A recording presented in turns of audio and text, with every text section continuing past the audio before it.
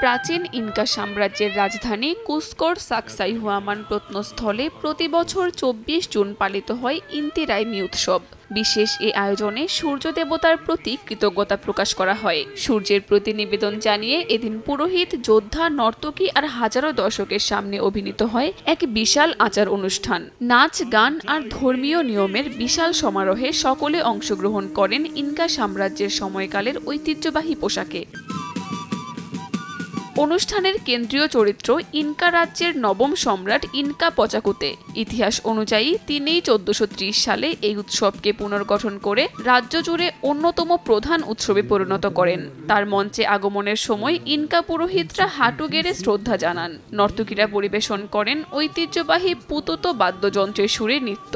অনুষ্ঠানে একাধিক প্রতীকী ধর্মীয় আচার পালিত হয়। তার মধ্যে অন্যতম জমিতে দুধ, ভুট্টা দিয়ে তৈরি ঐতিহ্যবাহী পানীয় চিচা দে হোরা উৎসর্গ।